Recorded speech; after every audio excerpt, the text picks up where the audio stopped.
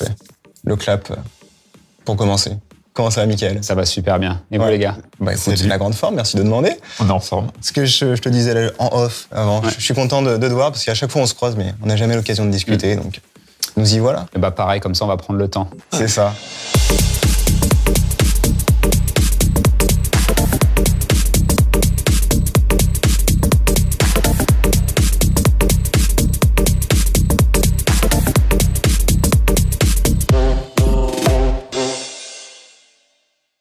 Bon, on arrive là sur la fin d'année 2023, on tourne début décembre. Comment était ton année 2023? Bien chargé. C'est vrai que c'était une sacrée année. Et puis avec un peu de recul maintenant, pas mal de gros événements avec mon projet Monumental Tour. Et puis à côté, toute cette partie production musicale qui est étroitement liée finalement, parce que j'imagine cette musique par rapport à ce contexte-là aussi. Donc voilà, très chargé, autant au niveau événement qu'au niveau musique. Et très enrichissante aussi d'un point de vue personnel et artistique. Ouais, alors, du coup, on voit en fond tourner sur les télés derrière nous les images du Monumental Tour, c'est sûr, on va en parler. Mais comment tu te présenterais peut-être pour quelqu'un qui ne te connaît pas? DJ, producteur, et puis on va dire concepteur d'événements aussi. Mais je trouve que ça va en tout cas sous la casquette de l'artiste au final. J'aime toujours dire que finalement, créer sa musique et en plus choisir le contexte finalement dans lequel elle est diffusée, pour moi, ça va jusqu'au bout du process créatif. Donc voilà, une sorte de multicasquette avec passionné finalement de musique, de la création jusqu'à finalement la mise en scène et la représentation. Est-ce qu'on peut dire que tu es passionné de visuel aussi? Parce que j'aurais envie de mettre ça, moi, derrière ton nom ouais, bien sûr. Showlight, quoi. Bien sûr, c'est vrai que pour moi, finalement, même quand je crée ma musique ou quand j'imagine mes DJ sets, j'ai toujours des images en tête. Donc c'est étroitement lié. Et ça crée finalement un concept expérientiel. Pour moi, la musique, elle appelle forcément à un sens en particulier, mais quand on la mélange à un contexte et en particulier à un autre sens tel que le visuel, elle prend encore une autre dimension. Donc oui, mais ça va dans une réflexion beaucoup plus globale aussi. Et du coup, j'ai envie de revenir. J'aime toujours avoir un petit peu la genèse des projets artistiques. Qu'est-ce qui t'a amené à la musique? Comment t'en es arrivé à là aujourd'hui? Je suis tombé dedans depuis tout petit. C'est vrai que j'ai eu la chance de baigné, on va dire, dans une famille qui adorait la musique. Mon père était lui-même DJ. Et ça, c'est vrai que je le dis pas souvent, mais DJ, on va dire, ça avait une autre définition à l'époque. Il était DJ à la radio, donc il avait son émission radio et il était sélecteur. Il choisissait les titres de son émission. Excuse-moi, jusqu'à quelle année à peu près pour qu'on se situe, qu'on comprenne mieux? Quand il était, lui, DJ? Ouais. Je sais plus trop, mais en tout cas, moi, j'ai baigné, je me souviens dès que je suis né, en tout cas, j'avais une pièce à la maison. Certaines personnes ont des pièces qui sont des bibliothèques avec des livres. Moi, j'avais une discothèque, c'est une salle consacrée à la musique. Donc, sur les 4 murs de cette pièce, c'était que des vinyles et des platines.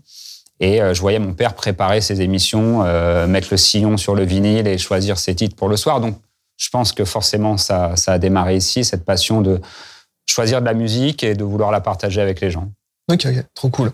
Et c'était quel style? Excuse-moi, mais ton père t'a appris quel style musical? Est-ce que c'était une radio électronique? Est-ce que c'était du rock? Non, c'est bercé dans plein de styles. Ouais, non, c'était plein de styles. C'est vrai que mon père avait une passion, on va dire, pour tout ce qui est un peu rock et en particulier côté rock californien.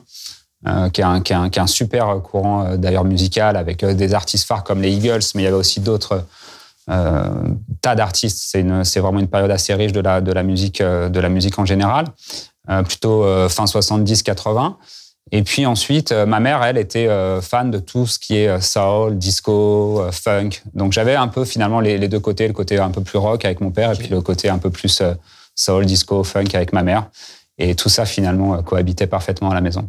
Oui, ça a fait une évidence pour toi de partir dans la musique électronique, en tout cas dans la musique, dans un premier temps. Oui, pour moi, je me souviens en tout cas dès tout petit, dès qu'il y avait une occasion qui se présentait, que ce soit un anniversaire, que ce soit une boom, comme on appelait ça à l'époque, je me battais effectivement pour être celui qui allait passer la musique. C'était très artisanal au début, j'avais pas de table de mixage, mais on trouvait 2 chaînes hi-fi et je baissais le volume de l'une et je montais le volume de l'autre pour enchaîner les titres. Mais c'était en tout cas on va dire les prémices du mix pour moi et finalement cet apprentissage de partager la musique avec un public et en même temps de pouvoir échanger avec lui. Et donc oui, très, très jeune, ça vers 10-12 ans déjà, cette partie-là. Et puis ensuite, après, ça s'est un petit peu professionnalisé. J'ai commencé à avoir mes premières platines, vinyle bien évidemment. J'ai commencé à avoir mes premières tables de mixage. Et puis, j'ai enchaîné les soirées. Dans ma région, je suis de banlieue parisienne, donc j'ai fait beaucoup de soirées privées, d'anniversaires, etc., où j'ai exercé finalement en tant que DJ. Et puis, après, la partie production est venue un petit peu plus tard, avec vraiment un gros déclic avec le premier album des Daft, où je me suis dit, là, c'est en plus de vouloir partager cette musique, j'ai aussi envie d'en faire. Ouais. Qu'est-ce qui t'a fait le déclic de cet album? Parce que c'est souvent celui qui est cité. Je vais m'étouffer, je suis désolé. Vas-y, prends ton temps. Ouais. Non, mais on enchaîne, on peut rigoler sur mon étouffement en direct. Hein. Du coup, ce déclic des Daft Punk, qu'est-ce qu'il a généré? Tout l'album. Je trouve que voilà, il y a ce côté effectivement pour l'époque, et puis qui reste toujours d'ailleurs même maintenant, mais ce côté vraiment expérimental et en même temps un certain voyage avec des titres qui sont beaucoup plus disco et puis des titres beaucoup plus énervés comme Rolling et Scratching par exemple. Et finalement cette notion de voyage aussi que j'aime beaucoup dans les DJ sets, c'est-à-dire de pas seulement avoir quelque chose de très linéaire, mais d'avoir quelque chose d'évolutif et qui nous emmène d'un point A à un point B en passant par différentes étapes. Et c'est vrai que cet album représente ça. D'ailleurs, tous leurs albums sont conçus comme ça. Donc pour moi, ça a été un vrai déclic déjà de se dire musicalement c'est cool et en même temps il y a cette philosophie finalement de faire voyager les gens à travers la musique et à travers un concept. Donc c'est quoi que tu as acheté comme première machine pour faire de la musique? Première machine, les premières platines, hein, forcément. Et dans la production musicale? La production musicale, c'était première ordi avec Logic tout de suite. Voilà, j'ai toujours été à fond sur Logic, mais après, okay. Les platines, j'ai expérimenté plein de choses, quoi. Des platines au début, c'était plutôt même des platines CD, en vrai. Avec, je pense, une marque, je ne sais plus si elle existe encore, qui s'appelait BST, je crois. Okay. Et puis ensuite, très vite, Technics, forcément, la référence en vinyle. Et puis celles-ci, quand tu les achètes, tu les gardes à vie, quoi. Elles sont toujours chez moi. Et Logic, est-ce que ça a été simple de prendre en main un petit peu parce que tu as l'envie de faire de la musique, tu prends ça. Je pense qu'il n'y avait pas, comme aujourd'hui, les tutos YouTube où tu es obligé d'apprendre par toi-même, ou sinon c'est des rencontres, des gens qui vont t'apprendre. C'est des rencontres, c'est beaucoup de rencontres. En fait, c'était plutôt le côté vraiment production en général, où j'ai eu la chance de côtoyer toute l'équipe de Yellow Productions. Okay. Et du coup, le label, en tout cas historique de Bob Sinclair et DJ Yellow. Et je me suis vraiment lié d'amitié avec DJ Yellow, et ça a été, on va dire, mon mentor aussi pendant plusieurs années, où j'ai passé des après-midi entières chez lui, où il m'a appris beaucoup de choses. Il n'était pas sur Logic, mais ça m'a permis en tout cas d'apprendre des bases. En tout cas, lui, il était sur Digital Performer, donc qui est un logiciel qui existe plus trop, mais en tout cas qui est assez bien foutu, et qui m'a permis d'avoir certaines bases qui ensuite, je les ai, on va dire, transférés dans la vision de Logic. Mais en tout cas, lui, m'a beaucoup appris en studio. Okay. J'ai eu la chance aussi d'échanger plusieurs fois avec des artistes comme Martin Solveig, avec qui j'ai eu 2-3 tips aussi pour la prod. Donc, ça m'a beaucoup aidé au départ. C'est sûr qu'il n'y avait pas tout ce qui était tuto. Moi, c'est vraiment les rencontres qui m'ont aidé, du coup. Et après, tu as quand même fait tes armes dans le club Les Bains-Douches de Paris. Du coup, j'ai envie de revenir aussi là-dessus. Comment il a impacté ta carrière, ce club, et comment il a tout lancé? C'était un club mythique. Déjà, pour ceux qui l'ont connu, c'est vrai qu'à Paris, c'était un club mythique où 7 jours sur 7, finalement, il y avait des soirées, des thématiques différentes. Et il y avait cette vision du clubbing qui rassemblait. On pouvait se retrouver effectivement dans un club qui était à la fois très VIP, et en même temps, tu pouvais sortir, on va dire, de ton quartier. C'était mon cas, et d'arriver là et de pouvoir me retrouver avec un mélange de gens qui était extrêmement intéressant. Il n'y avait pas finalement de cloisonnement, il n'y avait pas de case sociale, et ça, c'était vraiment très intéressant. Il fallait bien évidemment quand même montrer patte blanche, puisque c'était dur de rentrer à l'intérieur, mais sur des jours de semaine, c'était possible. Okay. Et ce club m'a surtout donné vraiment la vraie passion du mix, parce que j'ai rencontré des DJ qui mixaient de minuit jusqu'à 6h du matin et qui faisaient voyager les gens. Autant des DJ hip-hop que des DJ house, d'ailleurs. Et il y avait énormément de DJ extrêmement forts qui opéraient là-bas. Et puis, petit à petit, j'ai eu envie de faire ma soirée là-bas. Donc, j'ai commencé à faire des premières soirées dans un club. C'est là où on a lancé le concept So Happy in Paris. C'était tout au début, dans un club qui s'appelle le Hammam Club, qui était un club Place Clichy, Mais très vite, au bout de 2-3 éditions, le club correspondait pas forcément à la vision artistique, en tout cas à la musique que je voulais jouer. Et du coup, je me suis retrouvé à proposer au culot ma soirée au bain-douche. Et on m'a dit, OK, Banco, tu peux venir. Tu peux, mais on va te faire un test. Et ils m'ont mis une date qui n'était pas évidente, qui était, je me souviens, un 2 janvier. Donc après la grosse soirée du Nouvel An. Et puis c'était motivé à sortir. Et puis c'était, je pense, un mardi soir comme ça. Donc c'était un vrai challenge. Mais je me suis battu comme un lion. J'ai ramené tous mes potes et on a fait une fête qui était prometteuse. Et de là, la confiance est née avec ce club et j'ai gravi, on va dire, les échelons petit à petit pour me retrouver jusqu'au samedi soir, qui est un peu le Graal au final. Par rapport à ce que tu racontes, moi j'ai envie de m'intéresser vraiment sur ton approche de la création d'événements. Pourquoi c'est aussi important pour toi, avec le Monumental Tour, mais déjà avec So Happy in Paris, organiser des événements, pourquoi c'est important pour toi? Ça va vraiment dans cette logique de pouvoir, on va dire, maîtriser, dans le bon sens du terme, son projet artistique. De la création musicale, finalement, jusqu'à, on va dire, le contexte, le théâtre dans lequel tu vas présenter ta musique. Pour moi, c'est l'aboutissement, finalement, de ce process créatif. C'est vrai que quand tu crées ta musique, tu as envie de la partager avec des gens, mais du coup, autant la partager avec des gens que t'aimes, avec tes amis, etc., dans un décor ou un contexte que tu auras réfléchi pour eux. Et du coup, voilà, c'est vraiment dans cette volonté-là de présenter finalement sa musique dans l'écrin que j'avais imaginé dès le début. Ouais. Et alors, du coup, avec le recul, qu'est-ce qui a changé entre l'organisation d'événements il y a 10, 15 ans et aujourd'hui? Parce que les choses, le public, enfin, tout a changé. Ouais, tout a changé. C'est totalement différent, mais en tout cas, il y a un point qui est essentiel, c'est, en tout cas, dans tous les événements que j'ai pu organiser, les plus petits comme les plus gros, c'est de se dire que la volonté, en tout cas, c'est de créer un souvenir unique qui reste dans la tête des gens. Et ça, c'est vraiment le point essentiel de toute la réflexion de ces événements-là. C'est de se dire, on va partager un moment, ce moment de communion. Finalement, la musique aussi, elle appelle à ça, à ce moment de communion, mais en même temps, essayons de créer un souvenir en commun. Et c'est vraiment le moteur à chaque fois de tous ces événements. Et du coup, on en arrive au Monumental Tour. Alors, on a un teaser du Monumental qu'on va pouvoir voir sur l'écran et que tu vas pouvoir nous commenter. Ouais, c'est un teaser qui reprend un peu certaines images de la saison précédente, avec des dates. On passe de la cathédrale de Laon au Palais Royal, au château de Pierrefonds, donc différents styles architecturaux et historiques. L'idée, c'est vraiment d'avoir cette rencontre finalement entre patrimoine, musique électronique, et puis en même temps, on va dire, scénographie et vidéomapping. Est-ce que c'est simple d'approcher les lieux comme ça historiques et expliquer la soirée et faire comprendre aux gens qui sont souvent plus basés sur l'histoire, peut-être moins sur la musique, que tu as envie de faire vibrer l'histoire grâce à la musique?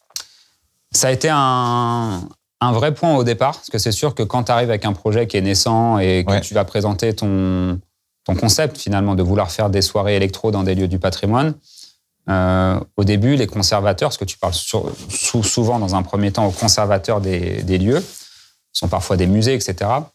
Leur rôle, c'est justement de conserver le lieu et dans leur tête, en tout cas, musique électronique, ça peut aller à l'encontre de leur job qui est de conserver le lieu et de le préserver. Pour diverses raisons, il y a encore beaucoup de clichés, effectivement, malheureusement, sur la musique électronique, et Monumental contribue aussi à combattre, on va dire, ces clichés. Mais il a fallu rassurer, il a fallu expliquer que c'était effectivement un projet plus de concert, que c'était pas une soirée qui allait se terminer à 6h du matin et que le but, c'est aussi de valoriser le patrimoine. Je pense qu'en France, on a la chance, effectivement, d'avoir un énorme patrimoine et d'avoir des trésors à disposition. Mais c'est aussi important de le faire vivre, finalement, dans l'ère contemporaine et en même temps de les mettre en contexte et de les mettre en avant à travers la nouvelle technologie, à travers la création contemporaine, à travers la musique électronique. Il y a un vrai besoin finalement pas dire de les moderniser, mais en tout cas de les mettre au goût du jour et de les révéler sous un autre regard. Je pense que les conservateurs, au final, ils sont contents de voir le résultat que tu leur donnes. Oui, parce que du coup, mais voilà, dans un premier temps, c'est vrai qu'ils ont senti en tout cas que le projet était sincère. Moi, je suis vraiment passionné de patrimoine, c'est ma deuxième passion avec la musique, mais j'ai toujours visité les châteaux, les musées depuis tout petit. Et cette notion-là, pour moi, c'est de c'est aussi de valoriser ces lieux-là à travers finalement la musique électronique. Et c'est cet échange-là que j'ai essayé d'installer avec ces gens-là et de leur faire comprendre que c'était un dialogue finalement, que c'était aussi bénéfique pour les artistes, pour le public, que aussi pour le lieu, puisque ça allait permettre finalement de le montrer à un autre public, qu'un public allait peut-être aussi envie, à travers le concert, de revenir le découvrir après, de visiter les collections, etc. Finalement, le concept de Monumental, c'est aussi ça, c'est l'ouverture vers davantage de culture et de curiosité. C'est pas juste un concert, le but, c'est vraiment de donner aussi envie aux gens de venir redécouvrir ces lieux-là.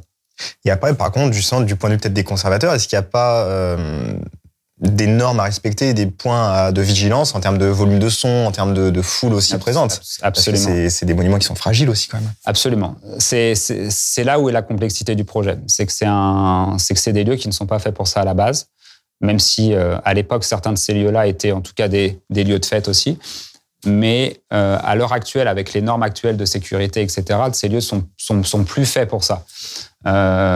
Et il faut bien évidemment avoir une équipe, et ça c'est toute l'équipe qu'on a constituée autour de Monumental, qui est une équipe technique et artistique derrière, qui a l'habitude, maintenant l'expertise de pouvoir travailler dans ces lieux-là avec énormément de respect du bâtiment, bien évidemment, mais aussi toute cette notion très précise de la technique, c'est-à-dire trouver effectivement le bon calibrage sonore pour ne pas endommager. Le plus gros problème, c'est souvent les vitres dans ces lieux-là, parce que c'est des vitres qui sont anciennes, qui sont fines, et qu'il ne faut surtout pas endommager avec les basses, etc. Comme nous, le but, c'est pas juste un son et lumière classique, c'est vraiment de faire un concert avec une énergie puissante au niveau de la musique. Donc c'est là où il faut trouver l'équilibre. Et puis après, il y a toute la partie, bien évidemment, sécurité. Les lieux, souvent, ont quand même l'habitude d'accueillir du public, pas forcément ce type d'événement, mais il y a souvent une jauge qui est définie par rapport aux issues de secours, etc. Et bien évidemment qu'on respecte à chaque fois. Et il y a un lieu comme ça qui a particulièrement été difficile à appréhender ou car trop fragile? Trop fragile, ils sont tous fragiles, en vrai. Ouais. Et c'est aussi le message que je porte avec Monumental, c'est-à-dire que il faut que le concert, finalement, profite aussi au lieu. Donc, il y a toujours des appels aux dons pour la restauration, etc. Parce que tous les lieux ont besoin, effectivement, d'attention particulière. C'est des lieux qui sont très anciens et il y a tout le temps des problèmes auxquels il faut faire face. Et si le Monumental Tour peut contribuer à ça, c'est une bonne chose. Donc, ils sont tous, en tout cas, fragiles dans l'ensemble. Ça, c'est évident. Après, il y en a qui sont plus complexes que d'autres à monter. Je pense particulièrement à l'abbaye du Mont-Saint-Michel, par exemple, où du coup, le concept, même s'il était sans public et capté pour la télé, le concept scénographique, c'était tout en haut du Mont-Saint-Michel, avec, pour ceux qui connaissent l'endroit, c'est des accès par des ruelles, etc. Et on ne peut pas accéder avec des camions et des tonnes de matériel. Et sur une date comme ça représente à peu près 300 projecteurs de lumière, ça représente beaucoup de vidéoprojecteurs en termes de vidéo. Donc, c'est un gros dispositif en termes de scénographie, et c'est là où il a fallu travailler avec des hélicoptères pour apporter le matériel, etc. Donc, il y a eu tout un challenge, un défi technique et logistique pour réaliser cette date. Ouais. Vous avez des réactions des habitants? Alors, Mont-Saint-Michel, il n'y a pas grand monde qui y habite encore, mais avec les gens qui habitent à proximité, en tout cas, c'est quel échange vous avez? Là, c'est marrant que tu me dises ça, parce que au Mont-Saint-Michel, en tout cas à l'abbaye, il y a une communauté religieuse qui habite à l'intérieur. C'est des moines qui sont finalement locataires de cet endroit. Et pour moi, dès le début, je me suis dit, on va finalement investir leur lieu, leur lieu de vie, où ils sont là tous les jours, où ils prient, mais ils vivent aussi. Et pour moi, c'était important de les rencontrer avant et de leur expliquer aussi le concept du Monumental Tour, que ça ne soit pas perçu comme quelque chose d'intrusif ou d'irrespectueux. Et il a fallu leur expliquer, bien évidemment, la musique électronique ne fait pas forcément partie de leur code et de leur univers. Mais un dialogue s'est installé, la présentation du projet, tout ça dans le respect, etc. Et on a réussi à finalement construire une relation de confiance avec eux. Et je suis content, et c'est un point d'honneur aussi du projet, c'est-à-dire que c'est un projet qui doit inclure tout le monde. Même si tu n'aimes pas forcément cette musique, tu peux quand même trouver finalement un moment qui va te plaire dans le spectacle, par rapport à la lumière, par rapport au bâtiment. Et ça va peut-être te permettre aussi de découvrir cette musique à travers cette expérience. Et là, c'était vraiment la rencontre ultime, finalement, avec des moines, de les emmener à ce concert-là, etc. Et je me souviens aussi de de cette rencontre finalement entre deux mondes, entre nous, qui sont plutôt des oiseaux de nuit, et on a travaillé jusqu'à 5 ou 6 heures du matin pour faire ce spectacle, pour le tourner pour la télé. Et quand nos équipes étaient en train de démonter, j'ai encore cette image où ils sont en train de descendre les escaliers du Mont-Saint-Michel avec le matériel, avec une partie du matériel, et les bonnes sœurs qui montent et qui vont à la prière, et ces deux mondes qui se croisent comme ça. Je me suis dit, en fait, ça c'est vraiment monumental. C'est-à-dire que c'est vraiment cette rencontre entre les mondes qui d'habitude se rencontrent pas, et on arrive à travailler finalement ensemble dans le respect et à faire découvrir des choses à chacun. Et pour mieux se rendre compte, il y a combien de personnes au final qui travaillent sur ce projet? Parce qu'on te voit toi du coup à l'image, mais derrière c'est une grosse équipe. En moyenne, c'est à peu près entre 30 et 40 personnes sur les événements, on va dire, classiques. Et puis des fois, sur des événements beaucoup plus gros, tels Tour Eiffel, c'est une centaine de personnes. Ok. Alors tu peux nous en parler de la Tour Eiffel. Alors, au moment où on discute, du coup, ça n'a pas encore été diffusé. Ouais. Mais ça a été enregistré. Ça a été enregistré, exactement. Ça sera diffusé fin d'année. Je reçois une demande il y a quelques temps. Maintenant, j'ai regardé, ça fait à peu près 1 an et demi que j'avais reçu quand même cette demande. Donc, c'est pour montrer aussi que c'est des projets qui mettent du temps à aboutir. Je reçois une demande de la Tour Eiffel me disant, on va fêter en 2023 le centenaire de la disparition de Gustave Eiffel. On aimerait faire quelque chose avec toi, collaboration artistique qui effectivement mettrait à l'honneur l'œuvre iconique de Gustave Eiffel à travers la création contemporaine, à travers ta musique et à travers ce que tu proposes en termes de visuel. Et pendant 1 an et demi, on a réfléchi au format, ce qu'on allait pouvoir faire, et du coup, on a effectivement tourné cette édition spéciale qui sera diffusée en télé, et quand on verra sans doute l'interview qui sera disponible en replay sur les réseaux sociaux et un peu partout. Est-ce que tu avais un cahier des charges venant de l'entreprise Tour Eiffel? Est-ce qu'ils t'ont laissé libre cours artistiquement? Est-ce que toi, tu as eu envie de leur proposer quelque chose? Il y avait un contexte déjà, bien évidemment. Oui. On parle du centenaire de la disparition de Gustave Eiffel. Donc, à partir de ce moment-là, non, c'était vraiment... Le brief, c'était d'apporter en tout cas ma vision et de mettre en lumière et en musique, on va dire, l'œuvre de Gustave Eiffel pour célébrer sa disparition. Donc, ça a été assez libre au final. Bien évidemment, après, moi, j'ai travaillé avec cette idée en tête de l'ingénieur qui est Gustave Eiffel et comment j'allais pouvoir faire des clins d'œil à travers ma musique, à travers les artistes que j'ai invités, parce que j'ai d'autres artistes que j'ai invités avec moi sur cette date-là.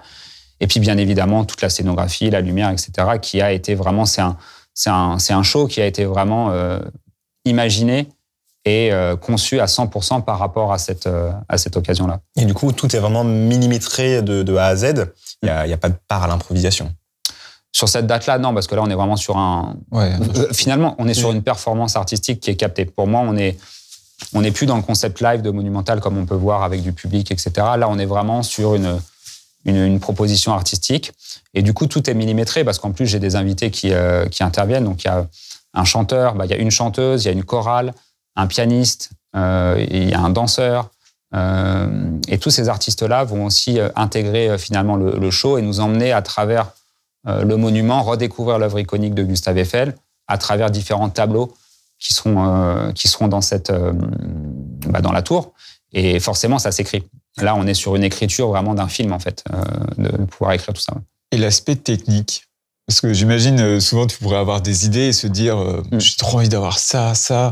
Est-ce que, du coup, il y a des gens qui t'aident sur la partie technique et qui te disent Mickaël, là, c'est pas possible, on va pas pouvoir le faire techniquement, c'est un travail d'équipe, bien évidemment. Monumental Tour, c'est toute une équipe avec des passionnés à chaque niveau. Le triptyque, on va dire, principal, c'est la musique, la lumière et la vidéo. C'est les 3 gros pôles, on va dire, artistiques avec qui j'échange constamment quand j'ai une idée en tête et de voir ce qui est réaliste, ce qu'on va pouvoir faire. Et puis, chacun apporte son idée et puis on met ça en commun pour pouvoir avoir la prestation qui soit la plus monumentale possible. Mais oui, c'est un travail d'équipe, bien évidemment.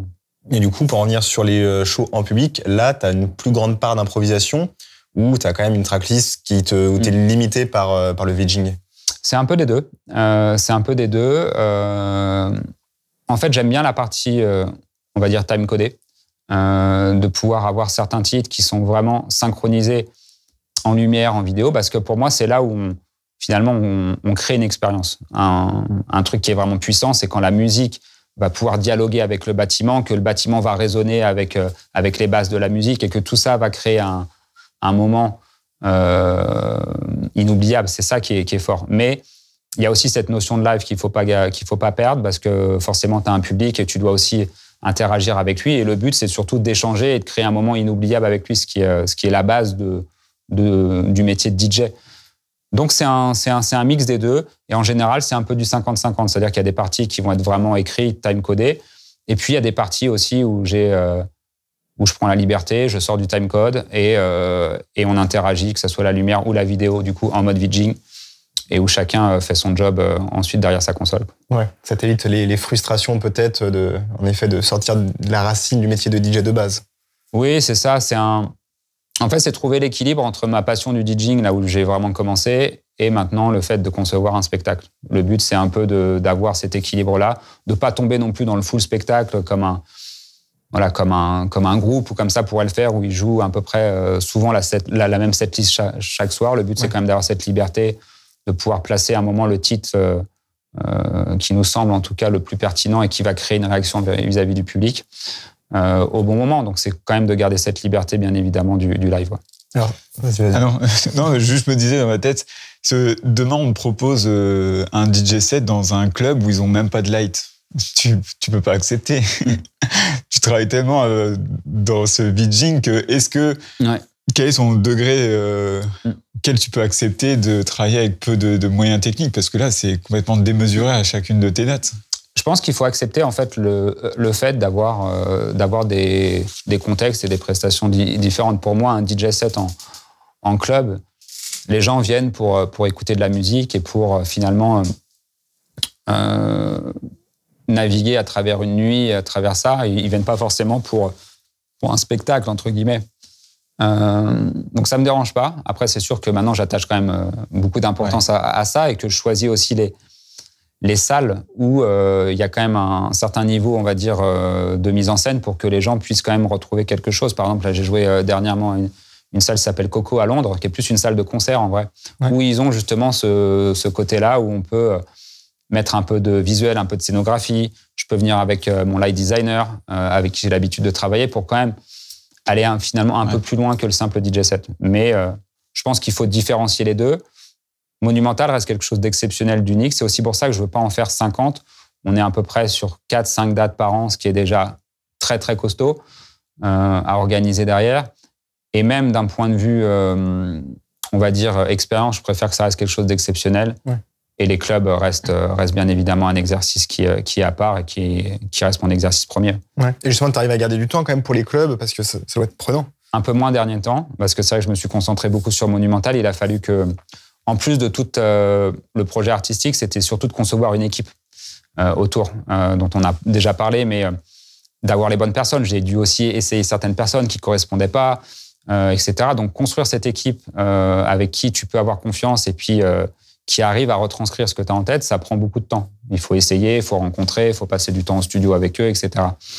Mais maintenant que cette équipe commence à être assez solide, c'est vrai que je vais pouvoir, on va dire, reprendre une certaine liberté sur toute cette partie-là et de pouvoir retourner davantage en club et en festival aussi. Et du coup, enfin, voilà, très honnêtement, entre nous, quand tu amènes cette musique dans d'autres lieux, du coup, la Tour Eiffel, t'as un public qui est différent, du coup, je pense, avec des peut-être moyennes d'âge plus élevées qu'un public de club. Comment va réagir ce public s'il n'est pas du tout au fait de cette musique? C'est ça qui est très intéressant aussi sur Monumental, c'est qu'on a une rencontre entre les publics. On a une base, on va dire, qui est quand même le public passionné de musique électronique qui vient pour moi et puis aussi pour les autres artistes que j'invite et puis pour le concept en lui-même, bien évidemment. Et puis, il y a des gens qui sont juste curieux, qui viennent parce que, tiens, c'est un événement dans un lieu exceptionnel, que les visuels ont l'air cool et qu'on va venir... Et c'est là où c'est intéressant, c'est-à-dire qu'on arrive à faire rencontrer ces gens-là. C'est un peu ce qu'on disait aussi sur les bains-douches. Moi, ce qui m'avait plu à l'époque, c'est que les publics se mélangeaient dans les clubs. Et là, dans Monumental, c'est pareil. On a autant des fans d'électro qui ont, on va dire, pour une moyenne entre 20 et 25, et puis des familles aussi, des enfants qui viennent, des personnes âgées qui viennent. Et c'est souvent ceux-là, d'ailleurs, qui restent jusqu'à la fin du set, qui m'attendent et qui viennent me témoigner finalement ce qu'ils ont vécu. Et pour la plupart, ils me disent « Mais en fait, c'était ça la musique électronique. On ne pensait pas que c'était ça. On pensait que c'était c'était voilà, pour schématiser les personnes âgées, on pensait que c'était que du boom boom ou machin. Et au final, je me dis c'est gagné parce qu'on a réussi à les emmener finalement vers cette musique-là à travers un côté expérientiel, à travers le fait qu'elle soit mise en scène dans un lieu comme ça, et qu'il y a le visuel, le bâtiment qui les emmène.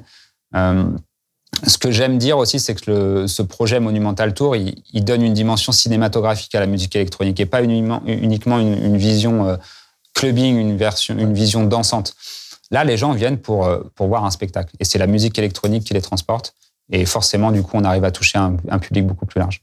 Et quand j'entends du coup ces réflexions, j'ai envie de te demander, est-ce qu'on manque encore aujourd'hui trop de culture de musique électronique en France ? Je pense pas qu'on manque trop de culture, même si les statistiques et les écoutes Spotify pourraient nous faire mentir. On a tous vu effectivement là dernièrement les artistes les plus écoutés en France, et c'est vrai que la musique électronique n'est pas forcément extrêmement bien représentée.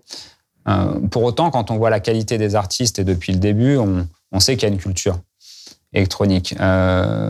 Mais j'ai l'impression que c'est un public qui est un peu plus discret aussi, qui se rapproche beaucoup finalement d'un autre esthétisme qui est celui de la musique classique, des gens qui sont passionnés mais qui ne vont pas forcément suivre les trends ou les médias ou les grands médias ou les radios, mais qui vont venir suivre un artiste parce qu'ils l'ont découvert, ou qui vont justement aller écouter un chef d'orchestre parce qu'ils l'ont découvert d'autres façons. Voilà, j'ai un peu l'impression quand même que la musique électronique, il y a un vrai public, il y a une vraie culture. Moi, je me rends compte, j'ai quand même beaucoup voyagé aussi pour faire des dates aux quatre coins du monde. Et au final, la France reste quand même un public qui est extrêmement connaisseur en cette musique. C'est juste qu'on a l'impression qu'elle est un peu plus silencieuse quand on voit les statistiques et tout. Mais moi, j'ai quand même l'impression que c'est un vrai public. Après, les propositions, par contre, en termes de clubbing, quand on sort des grandes villes, c'est vrai que c'est un petit peu léger. Ce qui manque surtout, je pense, c'est l'écosystème autour, en vrai. C'est les radios qui ne suivent pas forcément, les organisateurs de soirées aussi qui ne jouent pas forcément le jeu dans toutes les villes, et qui vont souvent vers la facilité. Mais, trop de têtes d'affiche, tu veux dire trop de têtes d'affiche qui ne sont pas forcément, on va dire, ça ne représente pas en tout cas ce que les gens aiment. Mais moi, je suis persuadé qu'en France, c'est un vrai public de musique électro.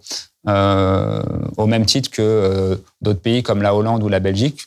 Pour moi, je n'ai pas l'impression qu'en France, il y a moins de fans. C'est juste que l'écosystème autour, j'ai l'impression qu'il est moins puissant. Du coup, on a l'impression, mais je suis persuadé que si on met les pendules à l'heure, on arrive à avoir ce niveau-là facilement en France. Vas-y, on va continuer les jeux. Comment on les met, les pendules à l'heure ? Exactement. Comment on les met ? Ouais. On continue avec des initiatives comme ça, comme les vôtres aussi, bien évidemment. Voilà, des passionnés qui parlent constamment de cette musique.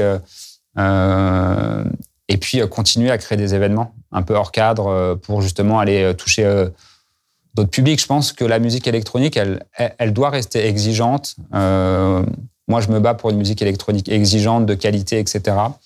Parce que des fois, il y a souvent aussi cette confusion entre la musique électronique qu'on entend à la radio et les gens pensent que c'est ça, alors que ceux qui sortent en club ou ailleurs, nous, on a une autre vision de cette musique. Et je pense qu'il faut déjà se battre sur ça, pour une musique électronique de qualité, et puis surtout faire en sorte qu'elle arrive le plus possible aux oreilles des gens, à travers des initiatives comme vous, à travers des médias et à travers la création d'événements. Parce que tu parles de radio là, mais est-ce qu'on a besoin de donner plus de visibilité sur des grands canaux de diffusion, on va dire, à la musique électronique ? Alors, peut-être pas forcément, en tout cas de façon daytime, ce qu'on appelle la playlist de jour. Mais par exemple, en France, on n'a pas forcément d'équivalent d'une émission comme Beat Tong, on n'a pas forcément d'équivalent en France. Pourquoi, en fait, on n'a pas cet équivalent sur un week-end, d'avoir justement un peu des prescripteurs comme ça qui nous font découvrir les dernières nouveautés électro, etc. Ça manque, je pense, d'émissions un peu phares comme ça, vraiment sur cette musique-là. J'ai réfléchi, justement, par comment on pourrait, j'essaie vraiment d'aller plus loin dans le détail, mais dynamiser cet environnement radiophonique, même médiatique. Comment on peut après, il y a des médias qui font déjà le job. Il faut peut-être effectivement que c'est aussi les artistes peut-être et tout le monde en fait. On doit peut-être plus valoriser ça. Mais par exemple une radio comme Maximum par exemple, a une certaine couleur musicale qui emmène vers une exigence et une musique électro de qualité.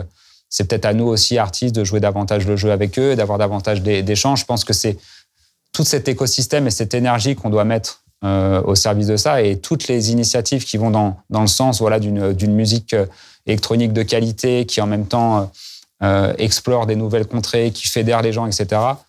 Tout ça, en tout cas, on se doit, nous, d'aller dans ce sens-là et de faire en sorte de la valoriser.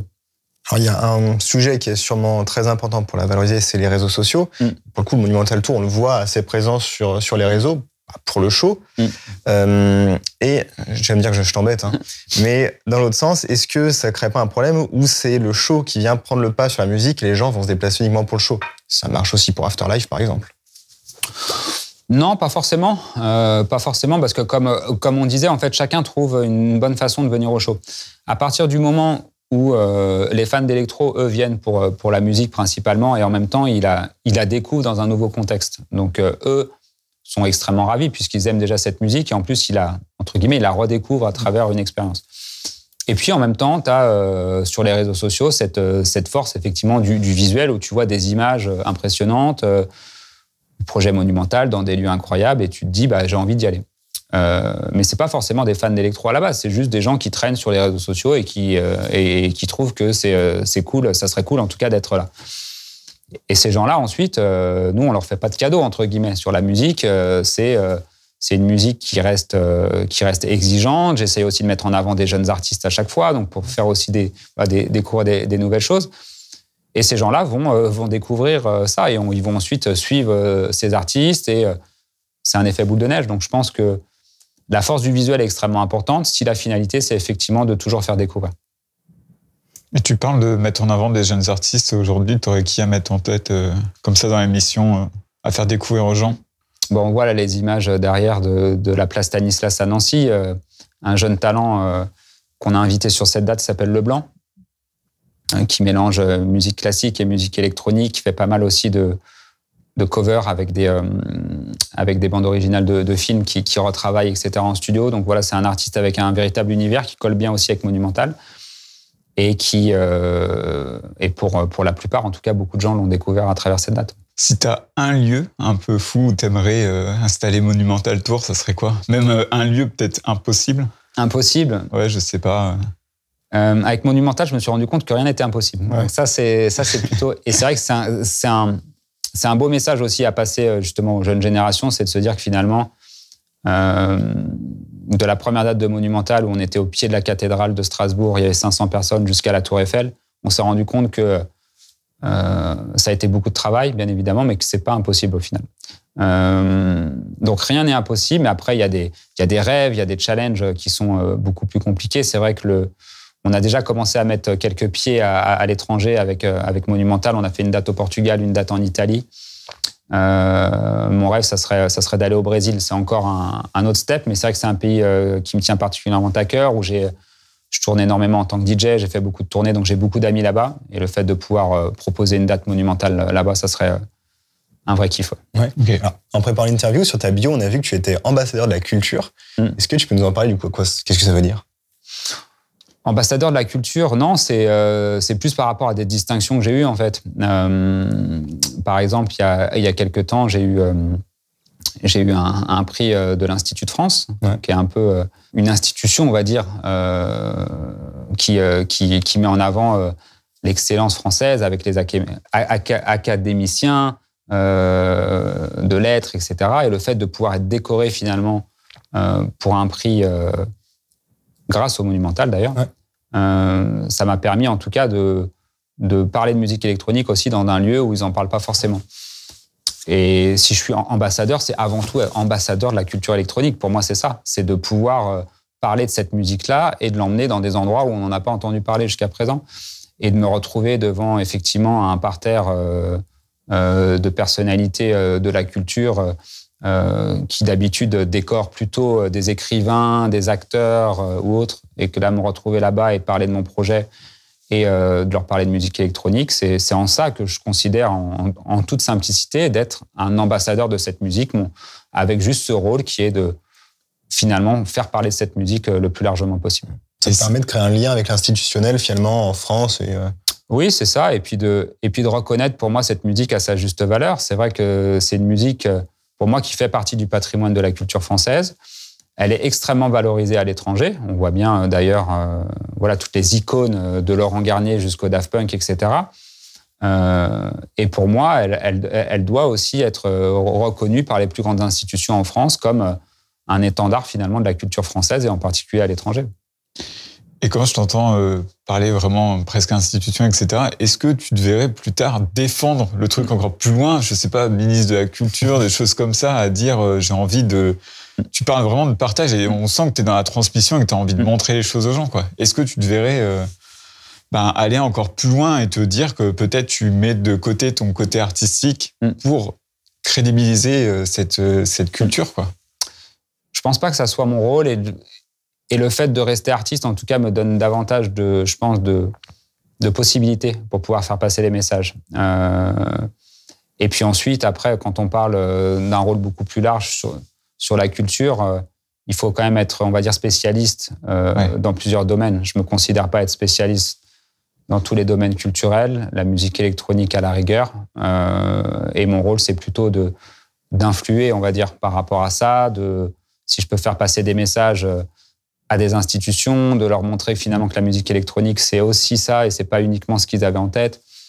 Et voilà, mon rôle, pour moi, il est là, essentiellement. Et si tu étais ministre de la Culture une journée, qu'est-ce que tu ferais pour la musique électronique? Que tu aurais envie de mettre en avant en France, que tu te dis, ça c'est... La première chose que je ferais, et qui m'indigne totalement depuis des années, c'est de remettre la catégorie musique électronique aux victoires de la musique, déjà. Ça, c'est un point jamais compris. Comment la plus grande cérémonie de musique en France peut occulter finalement ce que dans la plupart en tout cas des exports de musique à l'étranger, c'est la musique électronique qui est la plus vendue, la plus représentée. Et en France, sur notre propre territoire, elle n'est même pas célébrée. Elle n'est pas reconnue. Elle n'est même pas reconnue. Elle était là avant. Elle a été supprimée. C'est ça le pire. C'est ça le pire. C'est effectivement pourquoi elle a été supprimée. Surtout, en plus, elle a été supprimée dans une période de façon très maladroite, où on était en post-Covid, etc., où les artistes de musique électronique avaient déjà beaucoup souffert, etc. Ça envoyait un message vraiment terrible, on va dire, sur cette musique, de dire qu'on la valorise pas et que même où elle a encore plus besoin d'être soutenue, c'est en ce moment, on retire cette catégorie. Donc la première chose que je ferais, certainement, c'est ça. Ouais. Et justement, avec ce rôle d'ambassadeur, en tout cas ce porte-parole et l'importance que tu as aujourd'hui sur cette scène, au moment de la crise du Covid, est-ce que tu as pu présenter les difficultés rencontrées par la scène et dire, là, il y a un souci? Oui, absolument. Je me suis pas mal engagé aussi auprès de Radio FG d'ailleurs sur la partie pour aider les DJ, pour essayer aussi de rassurer et de pouvoir orienter aussi ceux que je connaissais par rapport à ce qu'il y a eu quand même pas mal de choses qui ont été faites sur les aides. Ça, on peut pas le nier, parce que quand on compare à d'autres pays, c'est vrai qu'on a été quand même soutenu, en tout cas de façon assez importante. Comparé aux autres, en tout cas, j'entends. Et donc voilà, mon rôle, ça a été un peu d'aider, d'orienter aussi par rapport à ça, et puis surtout de livrer un message d'espoir et de se dire qu'on était ensemble et que dans une période comme ça, c'était bien aussi de se rapprocher tous les DJ ensemble et de garder contact ensemble. Et parce que moi, j'en ai vu qui, effectivement, beaucoup pendant cette période avaient plutôt envie d'arrêter. Et on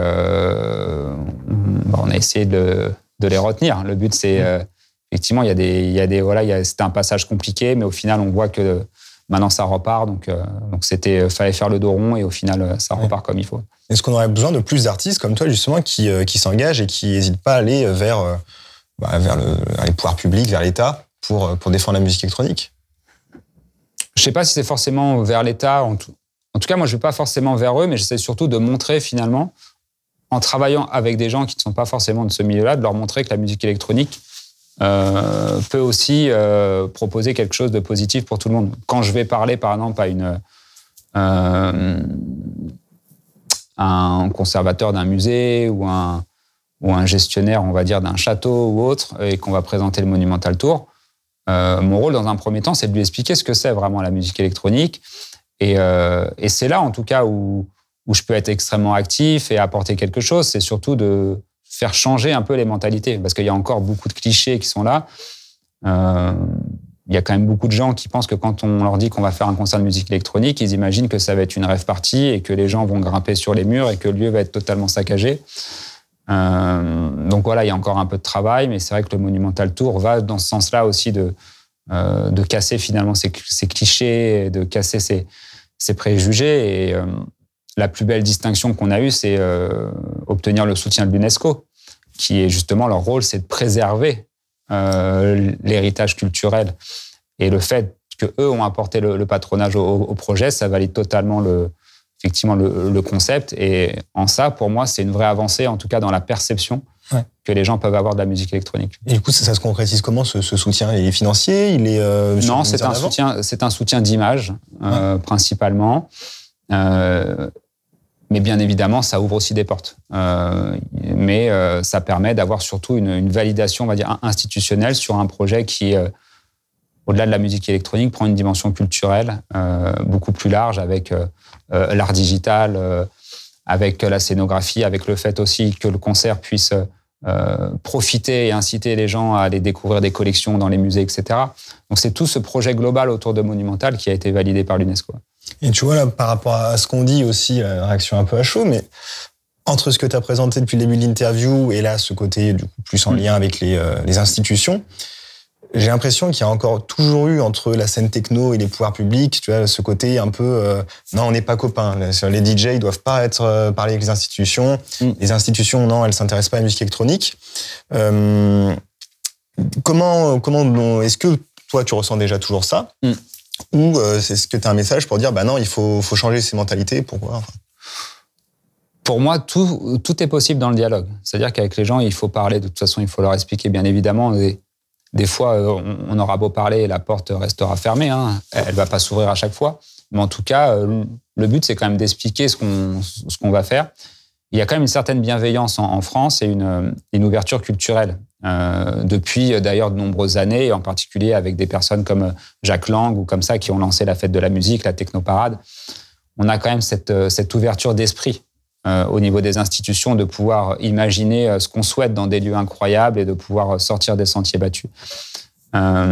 Et puis après, il y a aussi, il ne faut pas se le cacher, il y a aussi certains promoteurs de soirées, etc., qui ne sont pas du tout dans le dialogue et qui même des fois ne respectent pas les règles. Et du coup, c'est plutôt eux qui mettent des difficultés quand nous, on a des projets qui sont on va dire, réfléchis, etc. Et pour moi, ça dessert la musique, justement. Quand on n'est plus dans le dialogue et quand on est dans la confrontation et qu'on dit grosso modo fuck les autorités et on va quand même faire le truc, au final, sur le long terme, ça ne sert pas à cette musique. Parce qu'on va faire un coup, mais les préjugés vont perdurer. Nous, quand on arrive avec des projets comme Monumental, il faut casser ces préjugés derrière, etc. Donc la base de tout, en fait, c'est le respect, dans les deux sens. Et en France, on se rend compte qu'il y a quand même une bienveillance quand on est dans ce dialogue-là. Du coup, les prochains projets pour Monumental là, sur 2024? Il y en a beaucoup. Il y en a beaucoup dans les tuyaux. Va y avoir, il y a toujours une période un peu, on va dire un break créatif en début d'année où il y a une partie studio, bien évidemment. Tout part de la musique. Donc la musique donne aussi une dimension au spectacle en lui-même. Donc il y a cette partie création en studio qui est extrêmement importante. Et puis ensuite, cette réflexion technico-artistique avec mes équipes de savoir qu'est-ce qu'on va pouvoir proposer de plus en termes de visuel, en termes de scénographie. Donc déjà, cette première partie de l'année, grosso modo, jusqu'au printemps. Et puis ensuite, les premières dates avec du public, retour au mois de mai. Pour terminer tranquillement, parce qu'on fait un petit moment qu'on commence à discuter, j'aime bien finir avec des questions courtes. Ouais. Du coup, enfin des questions courtes qui appellent du coup des réponses courtes. Le monument devant lequel tu as préféré jouer? L'abbaye du Mont-Saint-Michel. Ouais. Un monument qui te tient particulièrement à cœur et que tu n'as peut-être pas joué encore devant? Corcovado. Ton truc pour être heureux? Se réveiller tous les jours avec un nouveau projet. Un back-to-back avec Stéphane Bern, c'est possible? C'est possible. Il sera chaud? Ouais, je pense qu'il sera chaud. Ouais. C'est vraiment dans la lignée de Monumental, c'est-à-dire de faire rencontrer des gens qui ne se rencontrent pas habituellement. Et il est déjà venu d'ailleurs sur des dates et puis il a beaucoup de bienveillance, on va dire, sur le projet. C'est quelqu'un forcément qui, en tout cas dans le patrimoine, qui est extrêmement connu. Et c'est pas forcément sa musique, donc si j'arrive à l'emmener un peu vers l'électro, ça sera cool. Et est-ce que tu as des projets avec les JO? Des projets, pas spécialement. Beaucoup de sollicitations, de demandes, on va dire, mais rien de concrétisé pour l'instant. Bon, on suivra ça au cas où. Merci beaucoup, Michael. Merci. Merci. Et on se retrouve très bientôt du coup sur les routes en 2024 pour le Monumental Tour. Ouais. Et puis en club, en club, en festival, beaucoup de sets effectivement prévus en France, à l'étranger. Et voilà, et Monumental dès le printemps, dès les beaux jours. Parfait. Bon, on va suivre ça. Merci. Merci, à très vite. À bientôt. Salut.